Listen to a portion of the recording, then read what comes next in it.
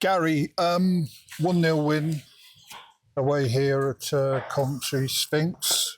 Played some good stuff first half, just never got that goal really, did we? No, we played really well first half, and we created numerous openings and got in some great positions where we then didn't create the opening, and you just start thinking out of 30 minutes one's got to go in at some point. If not, we could end up getting done there, and we ended up going in 0-0.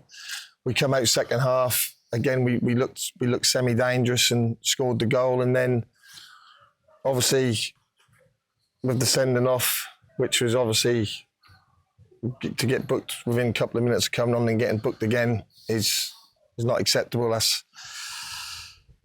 lack of discipline, brain dead really, and that put us under the pump. But to be fair to the boys, we hung in and defended well, and we even had 1 or 2 chances after that, and really the only save I think Dan had to make was in the first minute when they went through. So at the minute, results are probably more important than performances, but it was nice to play some good football today as well and get the result, and even more so dig in with 10 men for 20 minutes and hang on.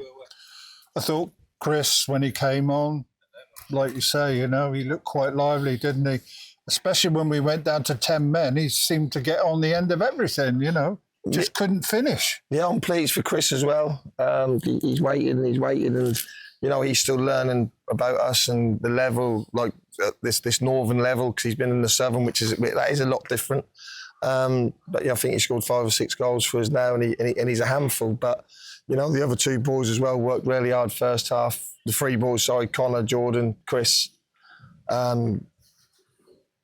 Toby, all worked hard in their own right. So we've got some nice options at the top of the pitch, and we've got 1 or 2 missing now next week. That's another important game where, again, the results over the next couple of weeks will probably be more important than performances. But if we can put them both together, that'd be lovely. But like I say, that was a relief at the final whistle, because they was putting some balls in our box. So yeah, that's a good 3 points for us. And that must be pleasing, because you held firm at the end of the day, and that's one way or the other you got over the line. Yeah, and we've kept.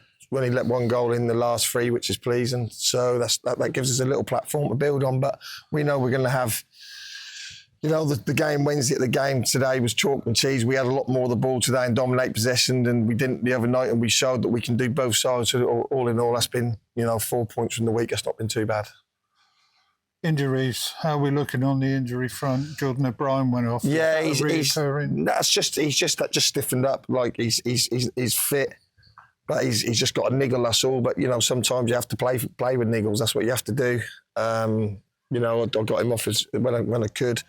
Connor was just to get another midfielder on, so I took him off. And Danny Gordon's still, he's had 8 weeks off, so I just got to be careful not to run him into the ground. We nearly done that the other night. And he's come out today and give us another good 60 minutes. So all in all... You must be up with that then, to see him on the pitch for 60 minutes.